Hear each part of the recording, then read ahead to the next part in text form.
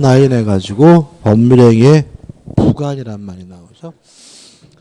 부관이라는 말은 법률행위를 하면서 부속시키는 특약, 부속 약관을 부관이라고 하는데요. 원래 세 가지가 있는데 우리는 시험 범위가 두 가지입니다. 조건과 기한입니다. 일단 좀 설명 좀 드리고 교재를 볼 건데, 일단 나누는 기준은 뭐냐면 장래 발생이 불확실한 거, 발생할 수도 있고 안 할 수도 있고 불확실한 것은 뭐예요? 조건. 장래 발생이 확실한 것은 뭐예요? 기한. 이렇게 되는 거거든요. 예를 들어서 12월 31일까지 돈을 갚으라고 했다면 12월 31일은 반드시 도래하니까 기한인데, 문제는 이런 날짜가 기한이기도 하지만 이런 것도 뭐죠? 기한이죠. 내가 죽으면 너에게 자동차를 사주겠다. 그러면 저는 반드시 뭐예요? 죽을 테니까 이것도 뭐죠? 기한이다. 실제로 우리가 이것만 구별할 수 있으면 된다 그랬죠. 비가 오면 우산을 주겠다라는 말하고 내일 비가 오면 우산을 주겠다는 말이 다른데, 위에 있는 건 뭐죠? 기한이죠. 왜요? 언젠가는 반드시 비가 올 테니까요. 밑에 있는 거는 뭐죠? 조건입니다. 왜냐하면 내일은 비가 올 수도 있고 안 올 수도 있고 불확실하니까요. 그 다음에 불확실한 조건이 만약에 성취가 됨으로써 효과가 생긴다면 이걸 우리가 정지 조건이라고 하고요.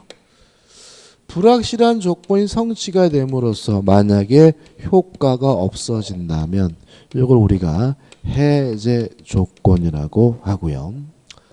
또 장래 발생이 확실한 기한이 도래함으로써 만약에 효과가 생긴다면 이걸 우리가 시기라고 하고요. 효과가 없어진다면 이게 뭐죠? 종기가 된다. 따라서 오는 3월 1일부터 내년 2월 27일까지 임대차 계약을 했다면 3월 1일이 도래하면 임대차 계약의 효과가 생기니까 시기고요. 2월 27일이 도래하면 임대차 계약 효과가 없어지니까 종기네. 이걸 우리가 임대차 계약 기간이라고 하죠. 따라서 시기와 종기 사이를 우리가 뭐라 그러는 거죠? 기간이라고 한다. 이것도 좀 생각해 보시기 바랍니다. 퀴즈 좀 보면 의 나와 있고요. 성질, 가 법률행위의 효력에 관한 것. 무슨 말이냐면 조건이든 기한이든 효과가 생기고 효과가 없어지는 뭐에 관한 문제인 거죠? 효과에 관한 문제인 거죠. 그래서 지문 잘 나오는 것이 정지 조건이 성취가 되면 법률행위가 성립한다. X. 성립에 관한 문제가 아니라 뭐에 관한 문제예요? 효과에 관한 문제고요. 2번, 4번 법률행위에 붙이는 거야 되고요. 다번 법률행위와 동시 부과한 것이 됩니다. 왜냐하면 부속 특약이니까, 그죠? 만약에 법률행위를 하고 나중에 또 뭔가를 했다면 그것은 별개의 계약인 것이지 부관일 수는 없고요. 우측에 맨 위에 보시면 4번 조건과 기한은 뭐죠? 장래의 사실이 됩니다. 따라서 만약에 과거의 사실의 경우에는 내기의 대상은 될 수 있을지언정 조건이나 기한은 될 수가 없고요. 그 다음에 마지막으로 4번 당사자 의사에 의하여 부과한 것이야 합니다. 따라서 당사자 의사가 아닌 법률 규정에 의해서 부과가 됐다면 그것은 조건도 기한도 될 수가 없다는 거 주의하시면 되겠죠. 그 다음에 2절 조건의 장래 발생이 불확실한 것이 뭐죠? 조건이고, 일단 판례는 일단은 크림이었고, 그 다음에 조건의 종류에서 1번 정지조건, 해제조건이 나오죠. 다시 한번 좀 생각해보면 정지조건이란 장래 불확실한 조건이 성취가 되면 효과가 생기는 것이 정지조건입니다. 따라서 정지조건은 어떤 의미를 갖냐면 현재 지금은 효과가 없지만 미래의 조건이 성취가 되면 효과가 생길지도 모르는 게 뭐예요? 정지 조건이죠. 따라서 정지 조건은 현재 지금은 효과가 없지만 미래에 효과가 생길 수 있다. 정지 조건은 대표적인 뭐가 되냐면 유동적 무효인 거죠. 해제 조건이란 조건이 성취가 되면 효과가 없어지는 게 뭐죠? 해제 조건이라는 말은 해제 조건은 현재 지금은 이미 뭐가 있어요? 효과가 있지만 미래에 조건이 성취가 되면 효과가 없어질지도 모르는 게 뭐죠?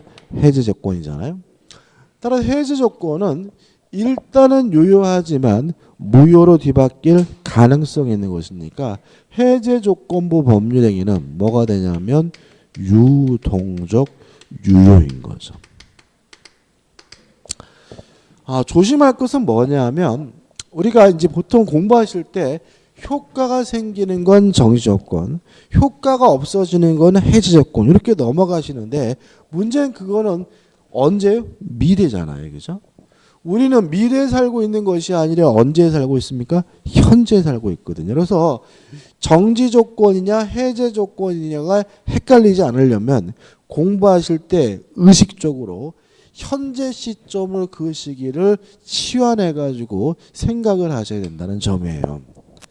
다시 말하면 정지 조건은 현재 효과가 없는 게 뭐죠? 정지 조건입니다. 해제 조건은 현재 이미 효과가 있는 게 뭐죠? 해제 조건입니다. 그럼 예를 한번 생각해 볼게요. 네가 공인중개사 시험에 합격을 하면 내가 너한테 1억을 주겠다라고 얘기했어요. 그럼 여기서 1억을 주기로 했으니까 정지 조건이구나 이렇게 이해하지 마시고 합격하면 1억을 주겠다라는 말은 지금 당장은 안 주겠다는 얘기니까 이게 뭐예요? 정지 조건이구나. 이렇게 이해하셔야 된다고요. 1억을 주면서 너 열심히 공부해야 돼. 혹시라도 너 이번 시험에 불합격하면 요거 돌려줘야 돼. 이렇게 계약을 했을 때 돌려받으니까 해제 조건 이렇게 기억하지 마시고요. 일단 지금 당장 뭐 하겠다는 얘기예요? 1억을 주겠다는 얘기니까 무슨 조건이에요? 해제 조건이구나. 자꾸 어느 시점을요? 현재 시점으로 치환하셔도 이해해야 헷갈리지 않습니다. 교재 보시면 얘가 나오잖아요. 밑에 두 번째 줄 보시면 시험에 합격하면 2년간 사무실을 무료로 사용케 한다. 그러면 지금 당장은 사무실을 뭐 할 수 없어요? 쓸 수가 없는 거니까 무슨 조건이죠? 정지 조건이죠.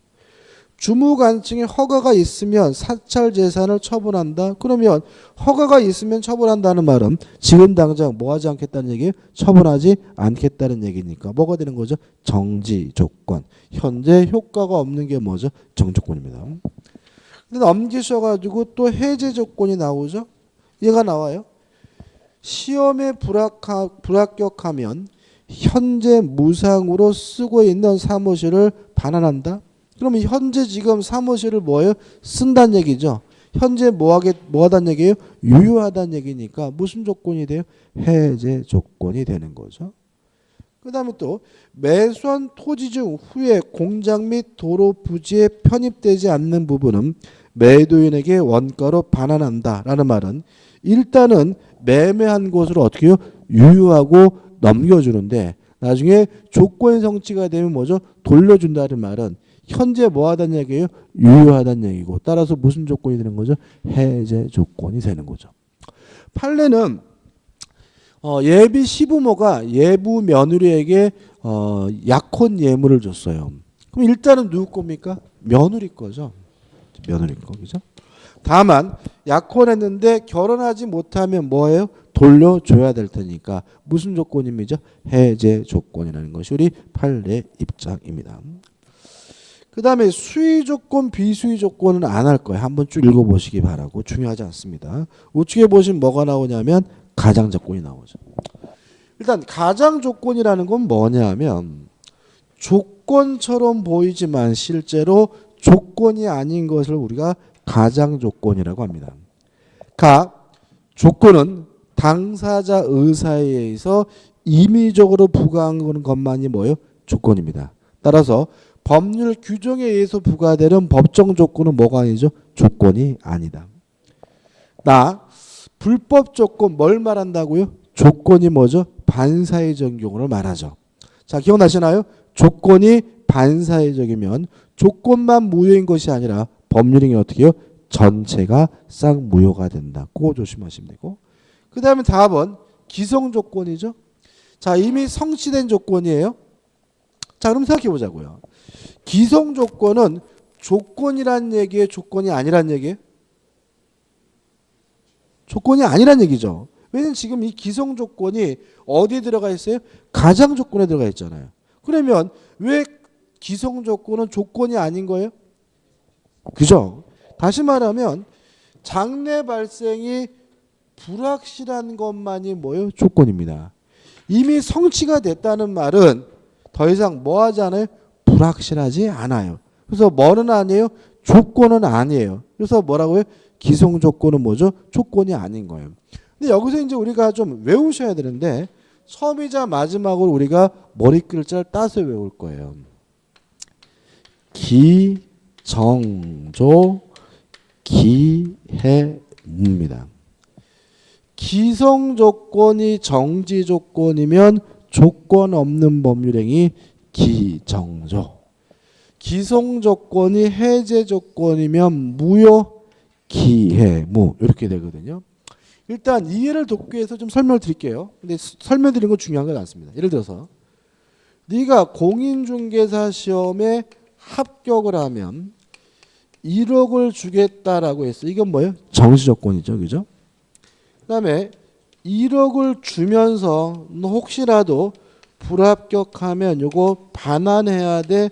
요렇게 계약을 했다면 요건 뭐예요? 해지조건이잖아요. 그럼 생각해 보자고요. 야, 합격하면 내가 너한테 1억을 줄게 라고 얘기했더니 뭐라 그러냐면 이미 합격했대요. 이게 뭐예요? 기성조건이죠. 기정조. 조건 없는 법률행위라는 말은 합격하면이라는 조건이 뭐죠? 없어진다는 얘기예요. 따라서 지금 당장 뭘 해야 돼요? 1억을 줘야 된다. 이런 의미가 되는 거죠. 이해되시나요? 다시 하면 합격하면 1억 주겠다라고 얘기했더니 상대방이 뭐래요? 이미 합격했대요. 그럼 뭐예요? 당장 뭐예요? 1억을 줘야 된다. 왜요? 조건이 없어지고 뭐만 남았어요? 1억을 주기로 하는 계약만 남으니까. 이게 뭐예요? 기정조죠. 자, 1억을 꺼내놨어요. 지금 어떤 사람이 1억을 꺼냈어요. 그죠? 1억을 꺼내서 주면서 야, 너 임마 이번 시험에 떨어지면 돌려줘야 돼? 그랬더니 이 친구가 뭐라 그러냐면 떨어졌어. 그런단 말이죠. 그러면 떨어졌으면 어차피 줘봤자 바로 돌려받아야 되잖아요. 그죠? 그럼 뭐 할 필요 없어요? 줄 필요가 없는 거죠. 다시 말하면 기성조건이 해제조건이면 무효라는 말은 뭐 할 필요 없다는 얘기예요? 이행할 필요가 없다. 이런 얘기죠. 그래서 기성조건이 정지조건이면 조건 없는 법률행위 기정조. 기성조건이 해제조건이 무효 기해무. 꼭 외우셔야 되고요. 어차피 시험에 반드시 나와요. 반드시. 그 다음에 넘겨보시면 이제 뭐가 나와요? 불능조건이 나오죠. 이것도 외우셔야 돼요. 불정무 불해조입니다. 불능조건이 정지조건이면 무효입니다. 불정무.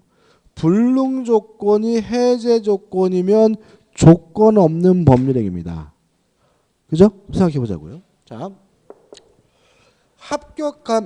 2019년도에 합격하면 1억 줄게 라고 얘기했더니 이 친구가 뭐라 그러냐면 이미 떨어졌대요.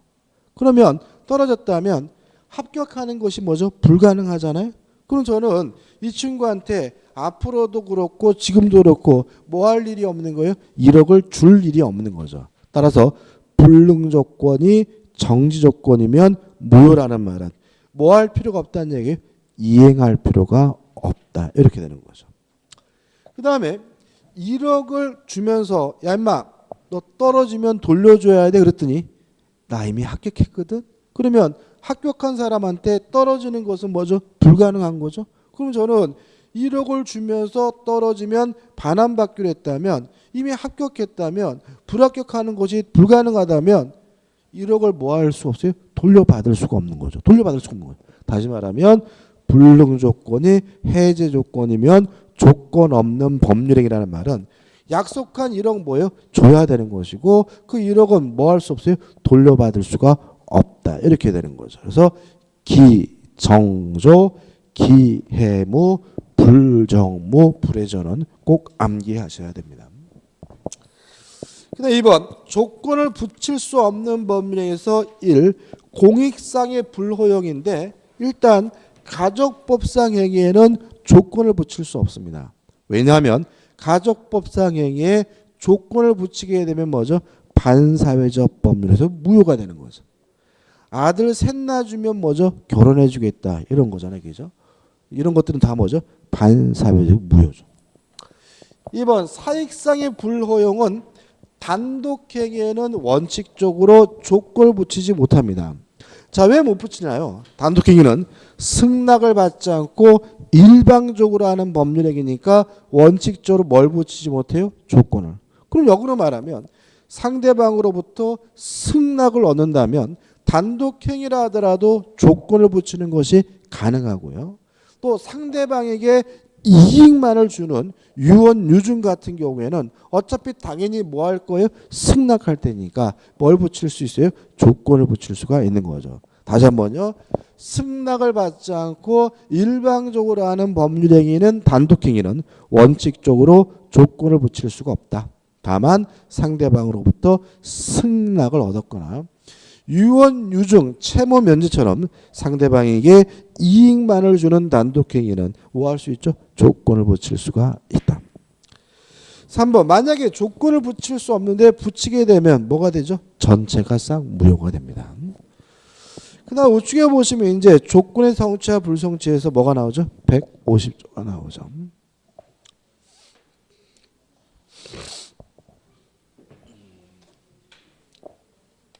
갑이 을에게 네가 공인중개사 시험에 합격을 하면 1억을 주겠다라고 얘기를 했어요. 이게 좋은 말이 아니라 그랬죠. 이게 무슨 뜻이라고요? 네 대가리 가지고는 안 돼. 그죠? 짜샤 네가 붙으면 내가 임마 너한테 1억 줄게. 이런 의미인 거죠. 그래서 을이 열받아가지고 미친 듯이 뭐예요? 공부를 시작했는데 갑이 공부 못하게 집에다가 방화를 했어요. 그래도 미친 듯이 뭐죠? 공부를 하고. 그래서 갑이 안 되겠다 싶어서 시험 보는 날 감금을 해가지고 시험을 못 보게 했어요. 그러면 어떻게 할 것인가? 150조 1항입니다.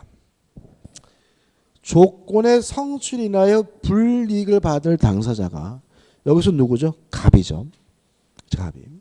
신의 성실에 반하여 조건의 성취를 방해한 때, 공부 못하게 방하고 시험 못 보게 감금한 때에는 상대방은 누구죠?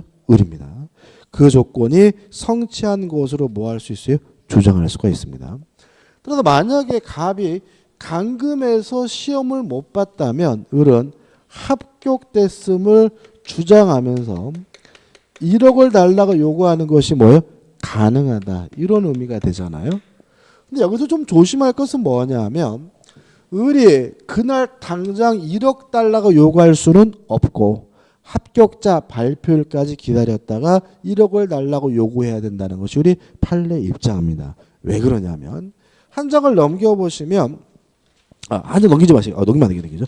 넘기지 마시고 다시 197페이지 하단에 보시면 밑에서 7번째 줄 2 조건 성취로 의제되는 식이 나와 있죠. 제가 읽어보면 조건이 성취된 것으로 의제되는 시기는 신의 측에 반하는 행위가 없었더라면 조건이 성취되었으리라고 인정되는 때입니다. 다시 말하면 갑이 감금 안 했다면 을은 언제 합격할 수 있던 거죠? 합격자 발표일에 대해 비로소 합격할 수 있는 거죠. 따라서 그날 오후에 당장 합격됐음을 주장하면서 1억 달라고 주장할 수는 없고 발표일까지 기다렸다가 1억 달라고 요구해야 됨을 주의하시 바랍니다. 근데 반대가 있을 수 있죠. 합격하면 1억을 주겠다고 했는데 갑의 예상대로 을은 전혀 공부를 안 해요. 공부를 전혀 안 해서 전혀 신경을 쓰고 있지 않았는데 그런데도 합격을 했어요. 근데 이 시험이 아시다시피 공부 안 하고 합격할 시험이 아니잖아요. 그래서 갑이 이성에서 알아봤더니 을이 실력이 좋아서 합격한 것이 아니라 시력이 좋아서 컨닝을 해가지고 합격했다는 사실이 밝혀졌어요. 그럴 때는 어떻게 할 것인가. 그렇죠? 다시 150조 법조입니다. 이해합니다. 조건의 성실이 인하여 이익을 받을 당사자가 여기서 누구죠? 을이죠. 신의 성실에 반하여 조건을 성취시킨 때에는 컨닝에서 합격한 때에는 상대방은 갑은 그 조건이 성취하지 아니한 것으로 뭐 할 수 있어요? 주장할 수 있는 거죠. 다시 말하면 갑은 컨닝에서 합격했다는 사실을 입증하면서 1억 못 주겠다라고 뭐 할 수 있어요? 거부할 수 있다라는 거 꼭 기억해 두시 바라고 자세하게 공부하는 부분이 아니라 지금 읽어본 요 법조문 이해하고 그 다음에 의제되는 시기 요것만 주의하시면 되는 부분인 거죠. 그 다음 넘겨보시면 조건부 법률에 효력해가지고 148조 침해금지가 나오죠. 자, 이건 이런 문제입니다. 갑이 을에게 뭐라 그랬냐면 네가 공인중개사 시험에 합격을 하면 내가 살고 있는 아파트를 주겠다라고 얘기를 했어요. 그래서 을이 열받아가지고 미친 듯이 뭐죠? 공부를 시작하고 갑이 가만 보니까 꼼짝없이 아파트를 뺏길 것 같아요. 그래도 우리가 방금 본 것처럼 뭐 공부 못하게 방해하거나 시험 못 보게 방해하더라도 의미가 없죠. 을은 갑에게 조건이 성취됐음을 주장할 수 있다. 합격됐음을 뭐 할 수 있어요? 주장할 수가 있으니까요. 그래서 갑이 고민하다가 이 아파트를 병에게 팔아먹었어요. 팔아먹고 병에게 이전 등기를 해줬을 때 이 매매 계약은 어떻게 할 거냐. 이 문제입니다. 그죠? 자, 148조 읽어볼게요. 조건 있는 법률행위 당사자는 조건의 성부가 미정한 동안에 조건의 성취를 인하여 생길 상대방의 이익을 해하지 못합니다. 자, 우리 148조가 이러한 매매를 하지 말라고 뭐 하고 있는 거죠? 금지하고 있는 거죠. 왜냐하면 지금 약속대로 을이 합격했을 때 갑은 이 아파트를 을에게 뭐 할 수 없어요? 줄 수가 없잖아요. 그러면 이러한 매매는 이러한 처분은 결국은 조건의 성취로 인하여 생길 상대방 이익을 해하는 행위이기 때문에 우리 민법은 팔지 말라고 뭐 하고 있어요? 금지하고 있는 거죠. 근데 문제는 금지만 하고 있을 뿐 했을 때 그 효과가 어떻게 되느냐에 대해서는 규정이 없는데, 자, 우리 판례는 148조가 하지 말라고 금지하고 있으니까 일단은 뭐죠? 무효라고 봅니다. 근데 문제는 요 갑과 병 간의 매매가 무효면 병이 뭘 봐요? 피해를 보기 때문에 무효를 가지고 을이 병에게 대항하기 위해서는 뭐가 필요하냐면 등기가 필요하다는 입장이고요. 이러한 조건부 권리는 무슨 등기로 하게 되냐면 가등기로 하는 것이 가능하다는 것까지 기억해 두시면 돼요. 다시 한번요. 조건부 권리를 침해하는 처분행위는 148조가 하지 말라고 금지하고 있으므로 일단은 뭐죠? 무효입니다. 다만 무효를 가지고 제3자에게 대항하려면 뭐가 필요합니까? 등기가 필요한데 이러한 조건부 권리는 무슨 등기로 하는 게 가능하죠? 가등기로 하는 것이 뭐죠? 가능하다는 것까지 기억해 두시고 맨 밑에 뭐가 나오죠? 판례가 나와요. 판례는 사실관계 요구가 좀 다르기 때문에 결론만 볼 거란 말이죠. 자책 하단의 밑에서부터 세 번째 줄입니다. 세 번째 중간을 보시면 조건 성취 전에 수중자가 한 처분행위는 조건의 성취 효과를 제한하는 한도 내에서 일단 뭐죠? 무효라고 할 것이고, 다만 그 조건이 등기되어 있지 않는 한 그 처분행위 인하의 권리를 취득한 제3자에게 위무효를 뭐 할 수 없어요? 대항할 수가 없다. 다시 말하면 무효를 가지고 제3자에게 대항하려면 뭐가 필요하죠? 등기가 필요하고요. 요 등기는 무슨 등기로 합니까? 가등기로 하게 됩니다. 네? 뭐가요?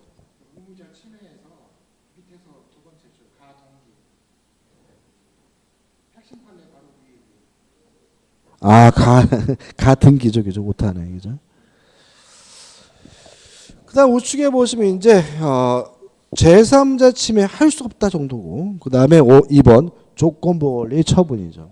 자, 이게 어떤 문제냐면 지금 을은 지금 당장은 아파트가 없지만 합격하면 아파트를 받을 수 있는 을은 기대권이 있는 거죠. 희망이 있는 거죠. 이러한 을의 기대권, 요 희망권은 자유롭게 처분할 수 있고 보존할 수도 있고요. 상속도 가능하고 담보로 제공하는 것도 가능하다. 이런 얘기거든요. 다시 말하면 갑은 의무자는 요 아파트를 뭐 할 수 없어요? 팔지 못하는 거죠. 그죠? 그렇지만 누군요? 권리자는 조건부 권리를 자유롭게 뭐 할 수 있어요? 처분할 수도 있고 보존할 수도 있고 담보로 제공할 수도 있고 무엇도 됩니까? 상속도 된다는 거 꼭 기억해 두시기 바랍니다. 그 다음에 이 조건의 성부 확정 후에 효력해서 1번 조건의 성취에서 정지 조건의 성취가 되면 효과가 생기고요. 해제 조건이 성취가 되면 효과가 없어지는데 이번 효력 발생 시기에서 원칙적으로 소급하지 않습니다. 다만 당사자 간의 특약으로 소급시키는 것은 가능합니다. 다시 말하면 조건 성취 효과는 과거로 소급하지 않지만 당사자 간의 특약으로 뭐 할 수는 있어요? 소급시키는 것은 가능하다. 기억해 두시고 맨 밑에 뭐가 나오죠? 판례가 나오죠. 판례가 두 개가 있는데요. 일단 정지 조건이면 누가 입증하느냐. 정지 조건이란 현재 효과가 없는 유동적 무효이기 때문에 정지 조건이라는 사실이 입증되면 뭐 할 필요 없죠? 이행할 필요가 없는 겁니다. 따라서 정지 조건임을 입증하는 사람은 이행하기 싫은 사람, 효과 발생을 부정하는 자, 다투는 자가 정지 조건임을 뭐하게 돼요? 입증하게 되는 거죠. 다만 효과가 없었던 정지 조건이 만약에 조건이 성취가 되면 그때는 뭐가 생겨요? 효과가 생깁니다. 따라서 정지 조건이 성취됐음은 누가 입증하냐면 효과 발생을 주장하는 자가 입증합니다. 시험에 아주 잘 나옵니다. 첫 번째 판례는 요거죠. 정지 조건이 성취됐음은 누가 입증합니까? 효과 발생을 주장하는 자가. 왜냐하면 정지 조건이 성취가 되면 효과가 뭐죠? 생기니까요. 그 다음 넘기셔가지고 200페이지 나와 있는 판례인데, 자, 읽어볼 거거든요. 이 판례는. 자, 읽어볼게요. 어떠한 법률행위가 조건의 성취 시 법률의 효력이 발생하는 소위 정지조건부 법률행위에 해당한다는 사실은 그 법률행위로 인한 법률효과의 발생을 저지하는 사유예요. 왜 정지조건이 효과 발생을 저지하는 거죠? 정지조건이란 현재 뭐가 없는 거예요? 효과가 없는 거니까요. 정지조건이란 무슨 무효예요? 유동적 무효예요. 따라서 정지조건이란 효과 발생을 뭐예요? 저지하는 사유예요. 계속 보시면 그 법률 효과의 발생을 다투려는 자, 다른 말로 하면 부정하는 자에게 뭐가 있습니까? 주장 입증 책임이 있는 거죠. 문제 풀어볼까요? 1번. 조건부 법률에 관한 설명으로 틀린 것은 1번. 상대방이 동의하면 채무 면제에 조건을 붙일 수 있다 이렇게 나와 있거든요. 이게 이제 그 28의 문제인데, 그러니까 재정적 문제거든요. 근데 이게 오답 시비가 있었어요. 왜 그러냐면 지금 단독행위는 원칙적으로 뭘 붙이지 못해요? 조건을 붙이지 못하지만 채무 면제는 상대방에게 이익만을 주는 단독행위니까 조건을 붙이는 게 가능하잖아요. 그러면 채무 면제의 경우에는 동의가 없더라도 조건을 붙이는 것이 뭐죠? 가능하기 때문에 문맥상 상대방이 동의하면 채무 면제 조건을 붙일 수 있다는 지문은 뭐인 것으로 보여요? X인 것으로 보여요. 그죠?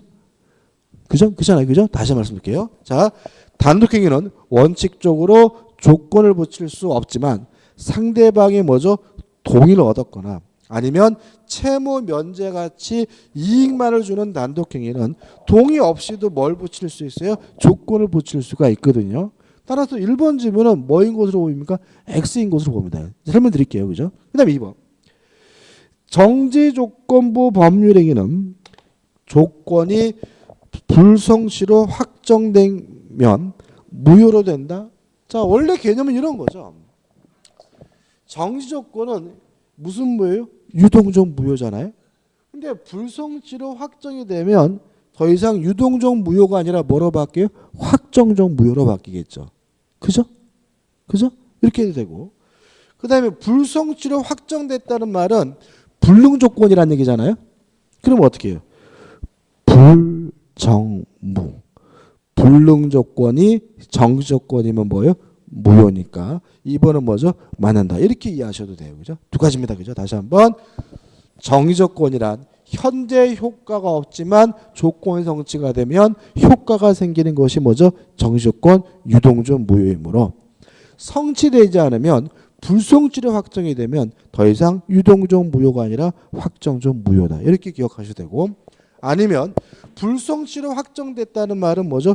불능조건이라는 얘기니까 불능조건이 정지조건이면 무효다 해서 불정무. 따라서 2번은 뭐죠? 맞는 거죠. 4번부터 볼게요. 4번. 당사자가 조건 성취 효력을 그 성취 전에 소급하게 할 의사를 표시한 때에는 그 의사에 의한다. 다시 말하면 조건 성취 효과는 소급하지 않지만 당사자 간의 특약으로 뭐 할 수 있어요? 소급시키는 것은 가능하니까 4번은 뭐죠? 맞는 질문이죠. 5번. 정지 조건의 경우에는 권리를 취득한 자가 조건 성취에 대한 증명 책임을 부담한다. 자, 정지 조건이 성취됐으면 누가 입증합니까? 효과 발생을 뭐죠? 주장하는 자. 그죠? 이익을 받는 사람. 따라서 5번은 뭐죠? 맞는 질문인 거죠. 그럼 이제 3번을 다시 할게요. 3번. 조건을 붙이는 것이 허용되지 않는 법률행위. 그럼 뭐가 떠오르세요? 가족법상 행위가 떠올라야죠. 혼인, 약혼 이런 게 떠올라야죠. 조건을 붙이는 경우 다른 정함이 없으면 그 조건만 분리하여 무효로 할 수 있다. X입니다. 왜요? 조건이 무효면 법률행위가 어떻게 해요? 전체가 무효니까. 그죠? 그럼 이제 보시면 자 1번하고 3번 두 개가 뭐예요? X예요. 그러면 여기서 뭘 선택해야 돼요? 3번을 선택해야 돼요. 왜냐하면 1번을 다시 보시면 동의하면 채무 면제에 조건을 붙일 수 있다는 말은 틀린 말은 아니에요.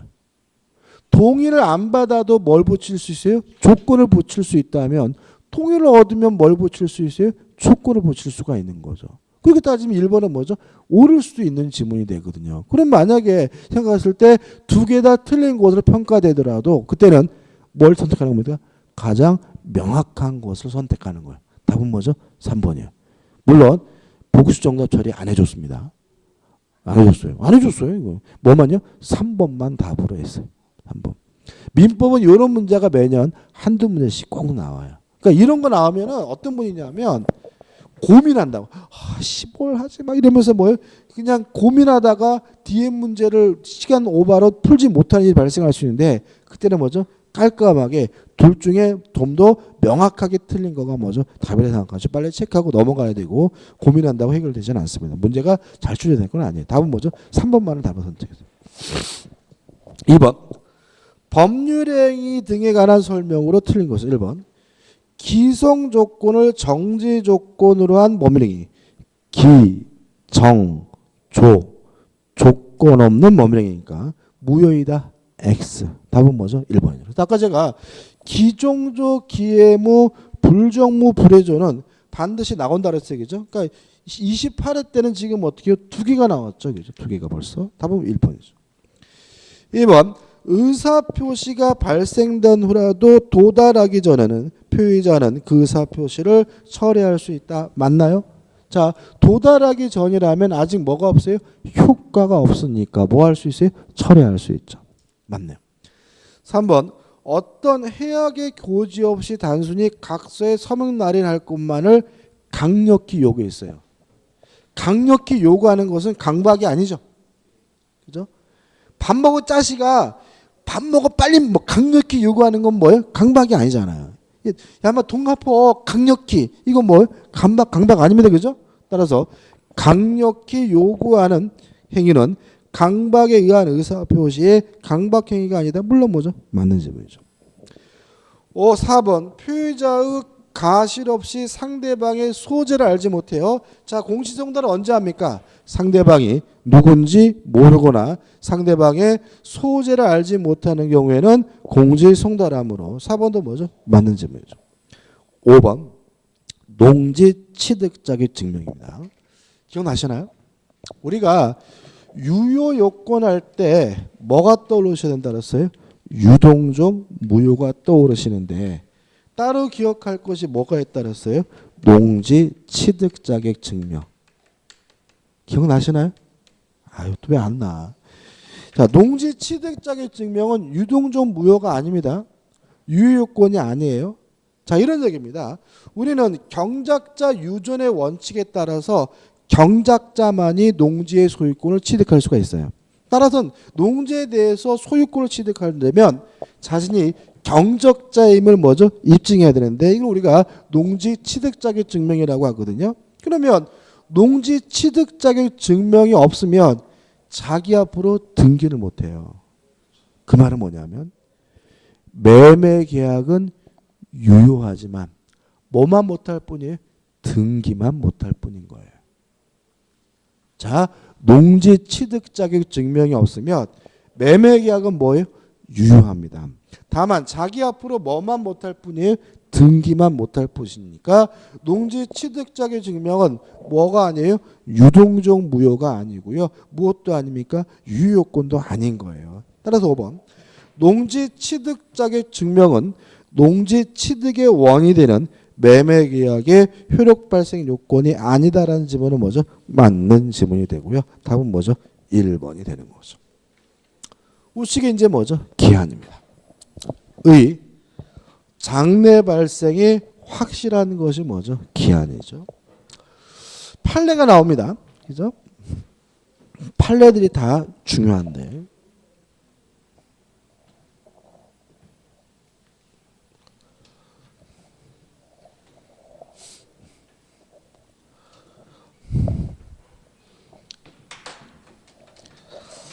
제가 요새 좀 살을 많이 뺐거든요. 살 빠진 거 빼진 거 느끼시네?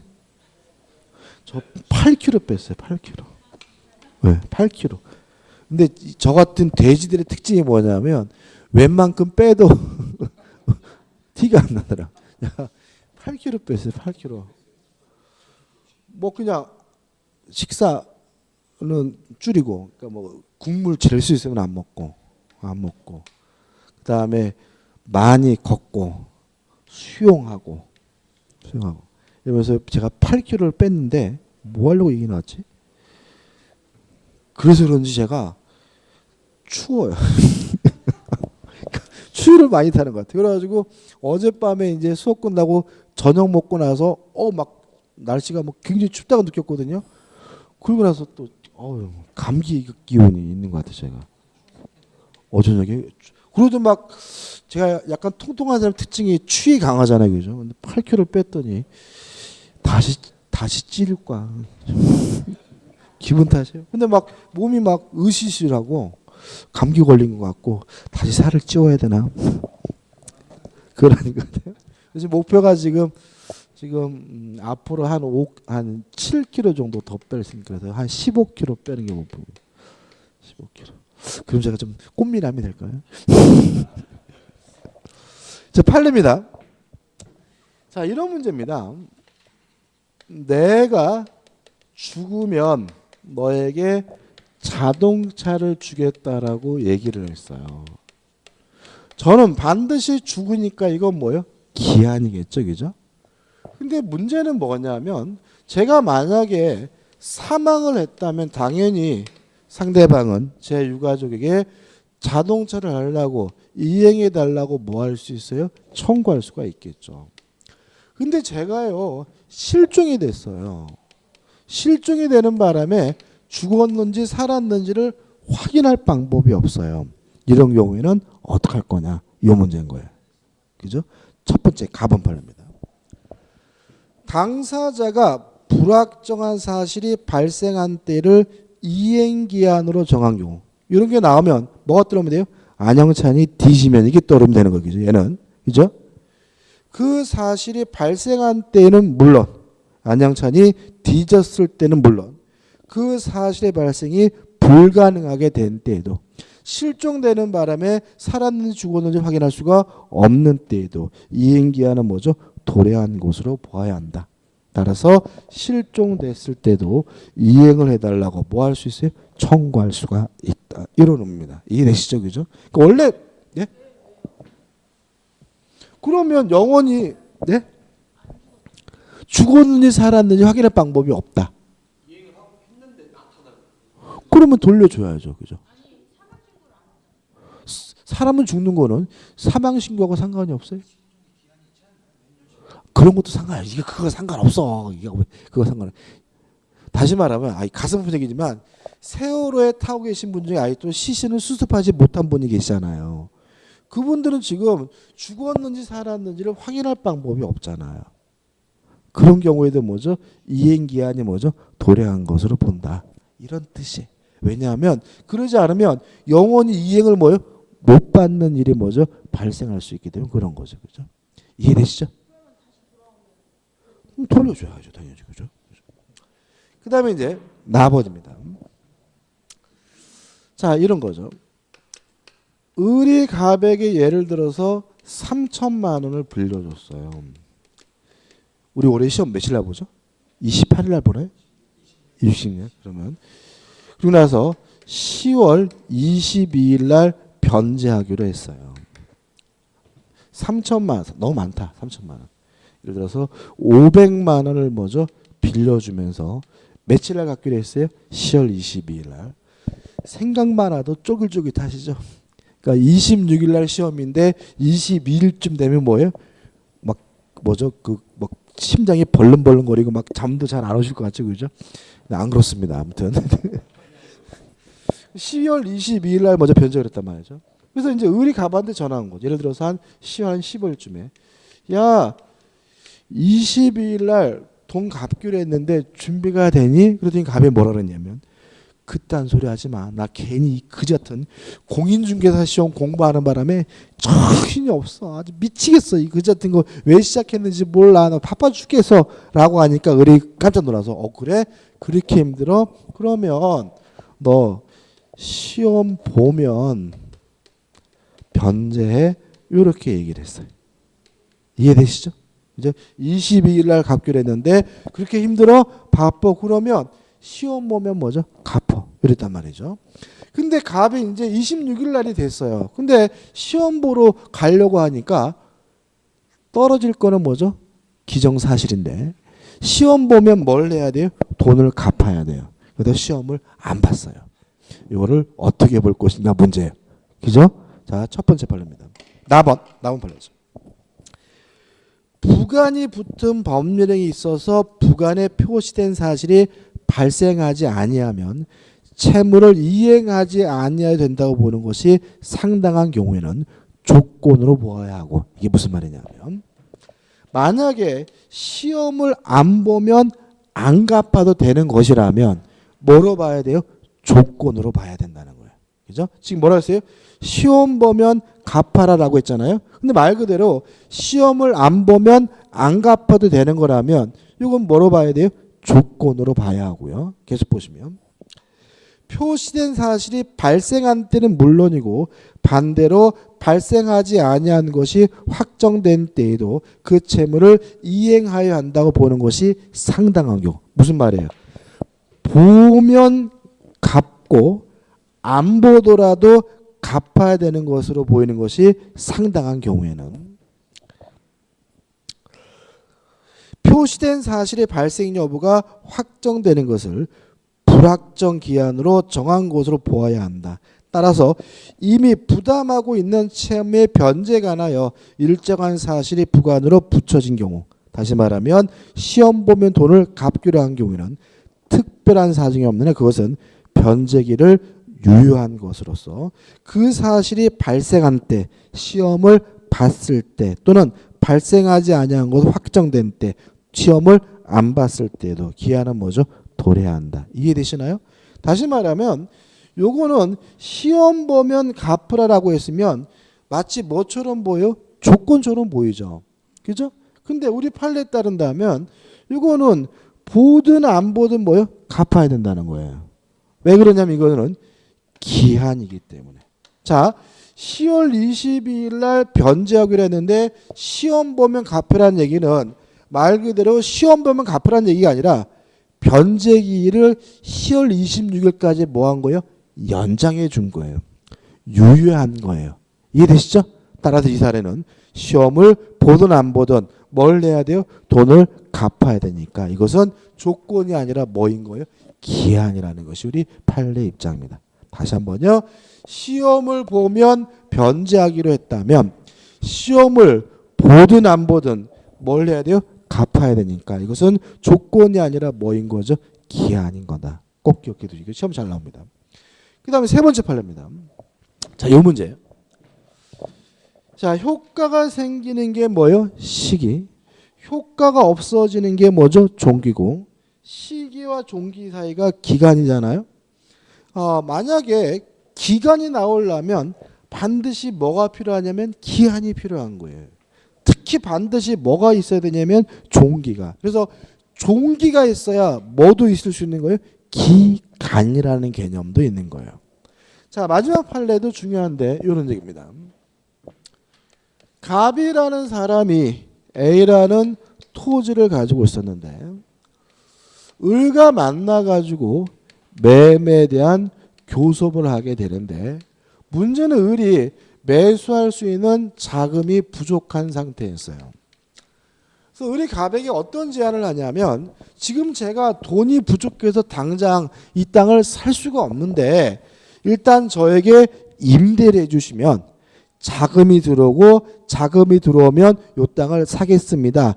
라고 하길래 일단 갑과 을이 이 토지를 뭐 하기로 했냐면 임대하기로 계약을 했어요.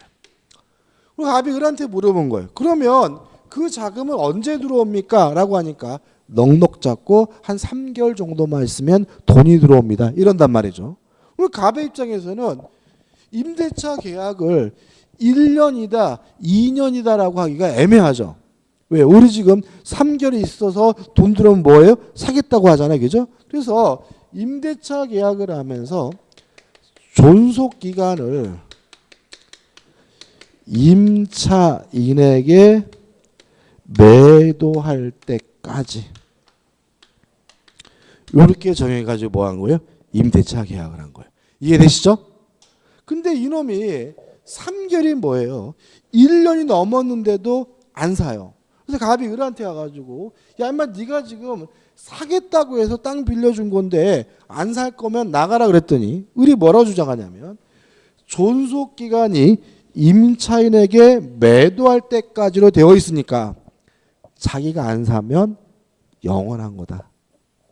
따라서 너는 나를 뭐죠? 내보낼 수가 없다. 이렇게 주장을 해. 다시 한번요. 임차인에게 뭐라고요? 매도할 때까지가 뭐죠? 존속기간이니까 을의 주장은 안 사면 뭐죠? 영원한 것이고 따라서 갑은 을을 어떻게 해요? 내보낼 수가 없다라고 주장하는 바람에 뭐예요? 소송이 걸린 거예요. 자, 판례 읽어볼게요. 결론. 답은 임대차 계약을 체결함에 있어서 임대 기한을 본권 토지를 임차인에게 매도할 때까지로 정하였다면 별다른 사정이 없는 한 그것은 도래할지 여부가 불확실한 것이므로 기한을 정한 것이라고 볼 수는 없으니까 끊어볼게요. 임차인이 살 수도 있고 안 살 수도 있죠. 그래서 이것은 기한이 아니라 뭐인 거예요? 조건인 거예요. 그죠? 계속 볼게요. 위 임대차 계약은 기간에 약정이 없는 것이라 해석하면 뭐죠? 상당하다. 다시 말하면 이런 거죠. 요 매도할 때까지라는 것은 기한이 아니라 뭐죠? 조건이라면 무엇도 있을 수 없는 거예요? 기간도 있을 수가 없는 거예요. 그죠? 다시 한번요. 시기와 종기 사이를 기간이라고 하고 기간이란 개념이 나오려면 반드시 뭐가 있어야 돼? 기한, 종기가 있어야 되잖아요. 근데 매도할 때까지는 기한이 아니라 뭐죠? 조건이라면 뭣도 없는 거예요? 기간도 없는 거죠. 따라서 임대차는 존속 기간의 약정이 없는 임대차예요. 우리가 이제 임대차 들어가면 배우겠지만 토지 임대차는 최단 기간을 보장하지 않아요. 그래서 만약에 존속 기간의 약정이 없다면 갑은 언제든지 아무 때나 을에게 나가라고 요구할 수 있다는 것이 우리 민법의 태도예요. 따라서 사든 안 사든 갑은 뭐죠? 나가라고 뭐 할 수 있어요? 요구할 수 있다는 취지가 되니까 좀 주의하시기 바랍니다. 종료, 시기, 종기. 효과가 생기는 기한은 시기, 효과가 없어지는 기한은 뭐죠? 종기죠. 넘겨보시면 확정기한, 불확정기한이 나오죠. 뭐 이런 얘기했죠. 12월 31일까지 돈을 갚아라. 12월 31일은 반드시 도래하니까 뭐죠? 기한이고 또 언제 도래할지 그 시점도 정해져 있으니까 뭐가 되는 거죠? 확정기한인 거죠. 내가 죽으면 너에게 자동차를 주겠다라고 했어요. 저는 반드시 뒤지니까 이것도 뭐예요? 기한이긴 한데 언제 죽을지는 알 수 없죠. 오늘 밤 뒤질 수도 있고 10년 후에 뒤질 수 있죠. 이런 걸 우리가 뭐죠? 불확정기한이라고 하는 거죠. 3번 기한을 붙일 수 없는 법률행위 조건과 유사합니다. 따라서 가족법상행위에 기한 붙일 수 없고요. 단독행위에도 원칙적으로 기한 붙일 수 없습니다. 4번 기한부 법률의 효력 기한 1 기한 도래 전의 효력 조건과 똑같습니다. 침해가 뭐죠? 금지가 되고요. 또 기한부 권리도 일반 규정에 따라서 처분 상소 보전 담보로 제공하는 거 가능하고요. 2번 기한 도래 후의 효력인데 기한은요 소급하지 않아요. 당사자 간의 특약으로도 소급시킬 수가 없습니다. 각오로. 다시 말하면 조건 성취 효과는 당사자 간의 특약으로 뭐 할 수 있어요? 소급시키는 것이 가능하지만 기한은 당사자 간의 특약으로도 그 효과를 뭐 할 수 없어요? 소급시킬 수 없다는 거 꼭 기억해 두시기 바랍니다. 그 다음 우측에 보시면 이제 뭐가 나오죠? 기한의 이익이 나옵니다.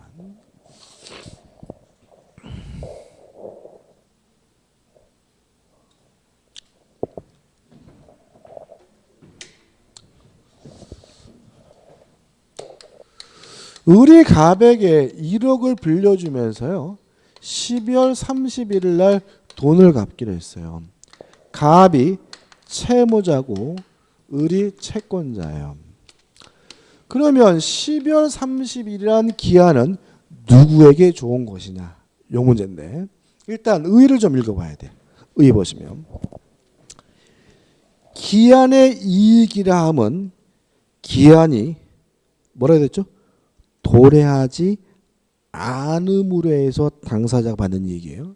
다시 말하면 기한이 도래함으로써 받는 이익이 아니라 도래하지 않음으로써 받는 이익이에요. 그래서 이걸 이해할 때 12월 31일이 도래하면 을은 돈을 받을 수 있으니까 채권자가 좋은 거다 이렇게 이해하면 안 된다는 거죠.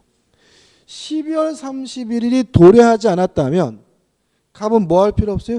돈을 갚을 필요가 없는 것이니까 기한은 원칙적으로 누구에게 좋은 거예요?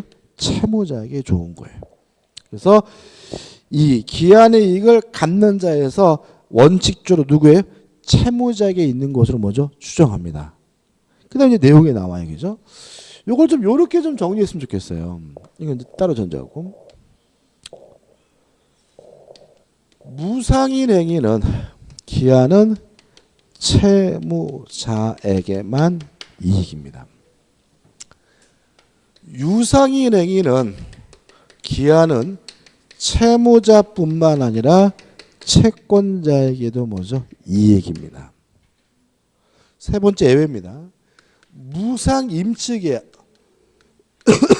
무상으로 물건을 보관하기 위한 무상 임치계약은 채권자만 기한에 이익이 있는데 임치계약의 채권자는 누구냐면 임치인이에요. 요건 뭐 예외적인 거니까 따로 기억하면 돼요. 그죠? 무상 임치, 무상으로 물건을 보관하기로 한 계약은 채권자에게만 기한에 이익이 있는데 임치계약의 채권자는 누굴 말하죠? 임치인을 말한다. 이건 빼고. 기본적으로 무상이면 기한은 누구만요? 채무자에게만 이익이고 유상이면 뭐죠? 채무자, 채권자 모두의 이익이고요. 만약에 한쪽 당사자에게만 기한의 이익이 있다면 자유롭게 포기하는 것이 가능해요. 다만 유상이어서 기한의 이익이 채권자에게 있는 경우에는 채무자는 채권자에게 손해를 배상해야 기한의 이익을 포기하는 것이 뭐예요? 가능해요. 자, 이런 얘기입니다. 을이 갑에게 1억을 빌려주면서 이자를 안 주기로 했어요. 그럼 무상이잖아요. 그러면 을은 갑은 꼭 12월 31일까지 기다릴 필요는 없어요. 아무 때나 돈 생기면 뭐예요? 갚으면 돼요. 이렇게 무상이어서 채무자에게만 기한액이 있다면 아무 때나 돈을 갚아도 상관이 없다. 기한의 이익을 자유롭게 뭐 할 수 있어요? 포기할 수가 있는 거죠. 근데 만약에 을이 갑에게 1억을 빌려주면서 이자는 1,000만 원이다. 이자를 받기로 했어요. 유상이에요. 그러면 채권자도 12월 31일까지 기다리면 얼마가 생겨요? 1,000만 원이 생기니까 채권자에게도 뭐가 있는 거예요? 기한의 이익이 있는 거고요. 따라서 중간에 갑이 을에게 돈을 갚으려면 뭘 해줘야 돼요? 손해배상을 해줘야 되는 거예요.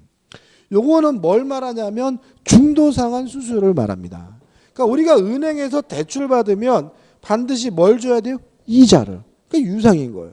그래서 예를 들어서 5년 산항으로 돈을 빌렸는데 2년 만에 미리 돈을 갚으러 가면 여직원이 고맙다 그러는 게 아니라 뭐죠? 미리 갚으니까 뭐죠? 중도상환 수수료를 내라고 하거든요. 법적 근거가 되는 게 뭐예요? 자신에게도 기한의 이익이 있으니까 뭘 해달라는 거예요? 손해배상을 해달라는 의미가 됨을 주의하시면 됩니다. 끝이에요.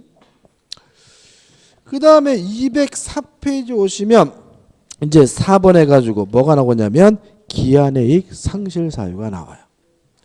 양으로 2번 상실 사유입니다. 갑, 채무자가 담보를 손상하거나 감소 또는 멸실하게 한 때는 기한의 이익을 상실합니다. 나, 채무자가 담보적인 의무를 이행하지 아니한 때에도 기한의 이익을 상실합니다. 다, 채무자가 파산한 때에도 기한의 이익이 상실하고요. 라, 당사자가 약정한 상실 사유가 발생하면 기한의 이익이 상실됩니다. 이런 넷 중에 한 가지 사유가 발생하면 효과입니다.